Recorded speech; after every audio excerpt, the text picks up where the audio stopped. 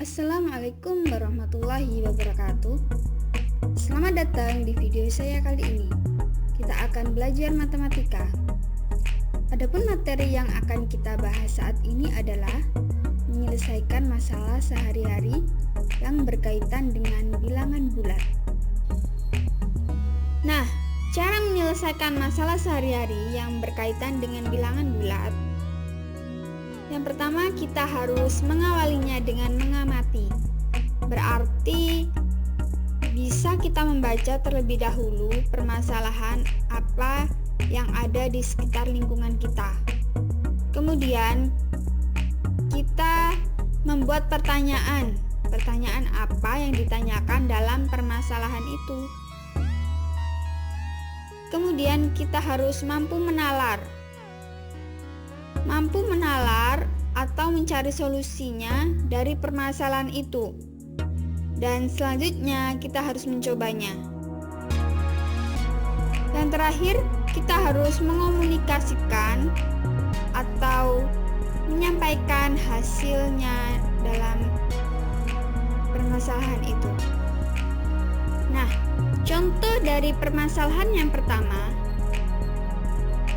Maila memiliki 144 batang pensil, kemudian ia membeli lagi 3 pak pensil. Setiap satu pak berisi 12 batang pensil.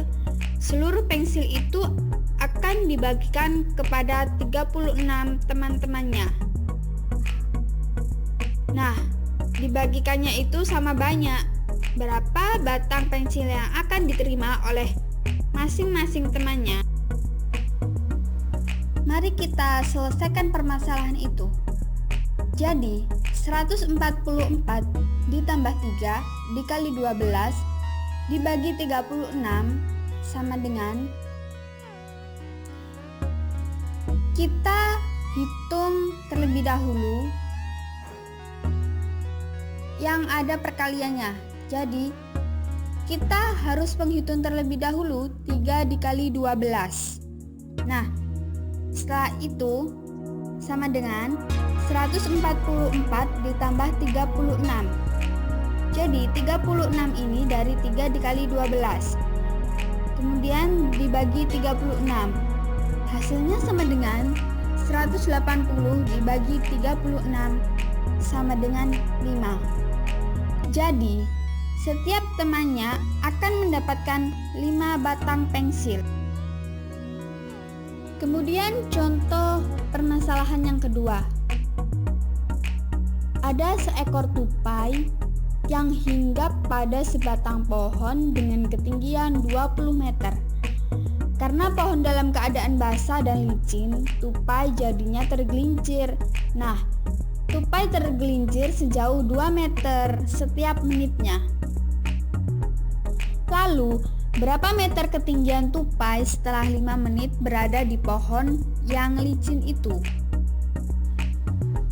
Penyelesaiannya adalah, tadi ketinggian awal tupai adalah 20 meter. Kemudian tupai turun sejauh 2 meter per menit. Karena ketinggian tupai setelah 5 menit, maka dapat kita tuliskan 20 diambil 2 dikali 5 sama dengan, di situ terdapat perkalian terlebih dahulu, jadi kita kalikan terlebih dahulu. Jadi 2 dikali 5 sama dengan 10. Kemudian 20 diambil 10 sama dengan 10. Jadi, ketinggian tupai setelah tergelincir adalah 10 meter dari permukaan tanah. Selanjutnya, materi bilangan bulat. Bilangan bulat sendiri terdiri dari 3 jenis bilangan.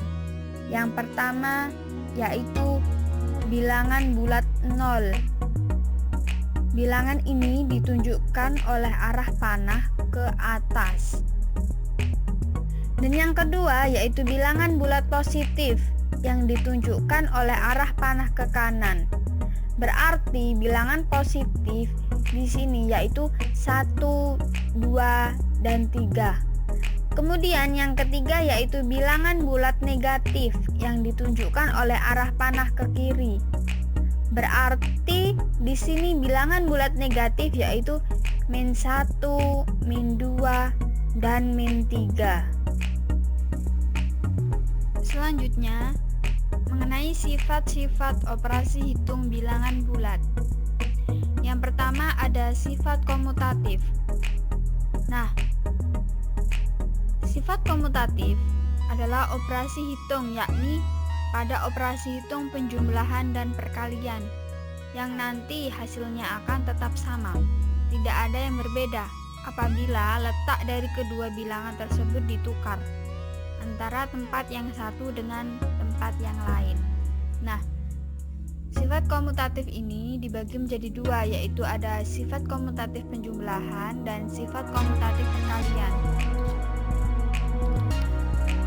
Rumus dari sifat komutatif penjumlahan yaitu A plus B sama dengan B plus A.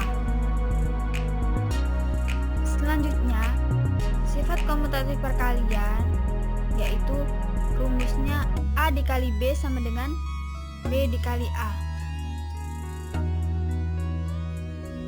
Nah, contoh dari sifat komutatif penjumlahan yaitu misal 5 ditambah 4 sama dengan 9 atau 4 ditambah 5 sama dengan 9.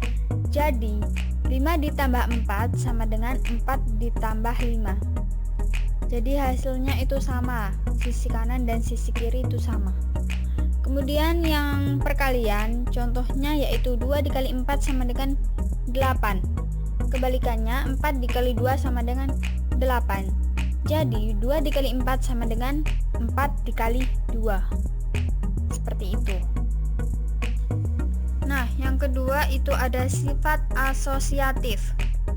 Nah, sifat ini adalah sifat pengelompokan pada operasi hitung penjumlahan dan perkalian, yang mana hasilnya akan tetap sama. Apabila 3 buah bilangan bulat atau lebih dijumlahkan ataupun dikalikan, maka akan berlakulah sifat asosiatif. Nah, sifat ini juga dibagi menjadi dua, yaitu sifat asosiatif penjumlahan dan sifat asosiatif perkalian. Rumus dari sifat penjumlahan sendiri yaitu dalam kurung A ditambah B tutup kurung ditambah C sama dengan A ditambah dalam kurung B ditambah C tutup kurung. Kemudian yang sifat asosiatif perkaliannya yaitu rumusnya dalam kurung A dikali B tutup kurung dikali C sama dengan A dikali dalam kurung B dikali C tutup kurung. Nah, seperti itu. Kemudian contoh dari sifat asosiatif. Yang pertama ada contoh dari penjumlahan, yaitu misal dalam kurung 2 ditambah 3 tutup kurung ditambah 4 sama dengan 2 ditambah dalam kurung 3 ditambah 4 tutup kurung. Nah, kita hitung terlebih dahulu yang ada di dalam kurung. Nah, di situ ada 2 ditambah 3 hasilnya 5. Ditambah 4 tetap turun sama dengan 2 juga turun, ditambah 3 ditambah 4 sama dengan 7. Kemudian kita jumlahkan 5 ditambah 4 sama dengan 9 dan 2 ditambah 7 sama dengan 9 juga. Jadi sisi kiri dan sisi kanan itu hasilnya sama. Kemudian yang contoh dari perkalian yaitu dalam kurung 1 dikali 3 tutup kurung ditambah 5 sama dengan 1 dikali dalam kurung 3 dikali 5 tutup kurung.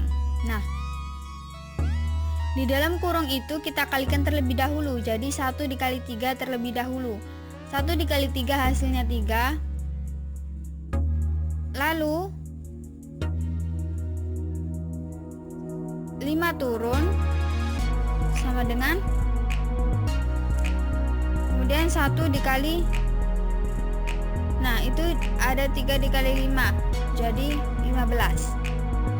Kemudian kita jumlahkan, jadi 3 dikali 5 sama dengan 15. Kemudian 1 dikali 15 sama dengan 15. Jadi sisi kanan di sisi kiri hasilnya sama, yaitu 15. Kemudian yang ketiga yaitu sifat distributif.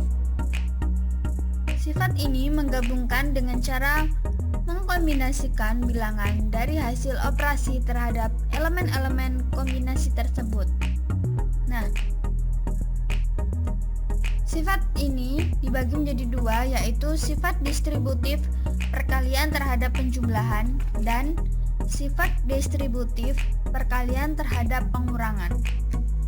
Rumus dari sifat distributif perkalian terhadap penjumlahan yaitu A dikali dalam kurung B ditambah C tutup kurung sama dengan dalam kurung A dikali B tutup kurung ditambah dalam kurung A dikali C tutup kurung. Dan sifat distributif yang perkalian terhadap pengurangan rumusnya yaitu A dikali dalam kurung B diambil C tutup kurung sama dengan dalam kurung A dikali B tutup kurung diambil dalam kurung A dikali C tutup kurung. Setelah itu kita membahas contoh dari rumus tersebut. Nah, yang pertama yaitu contoh dari perkalian terhadap penjumlahan.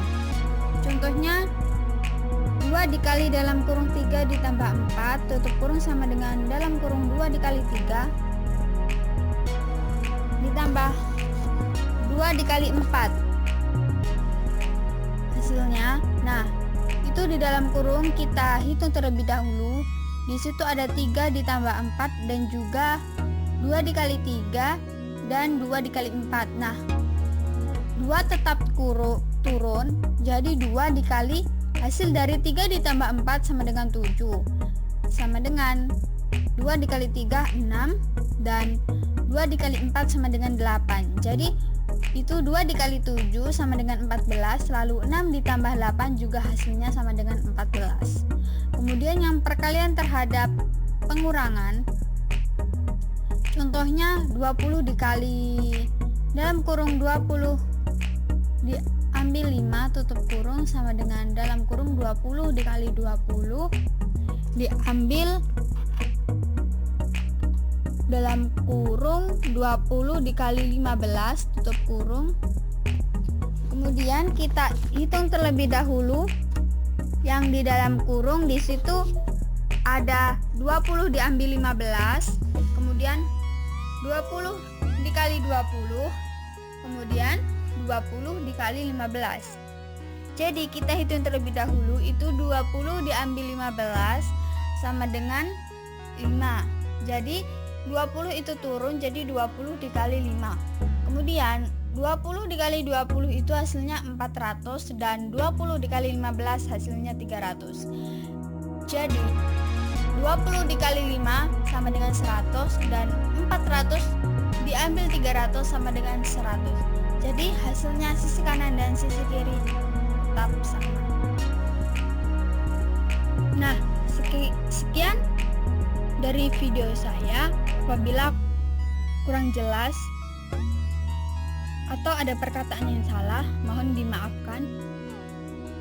Wassalamualaikum warahmatullahi wabarakatuh.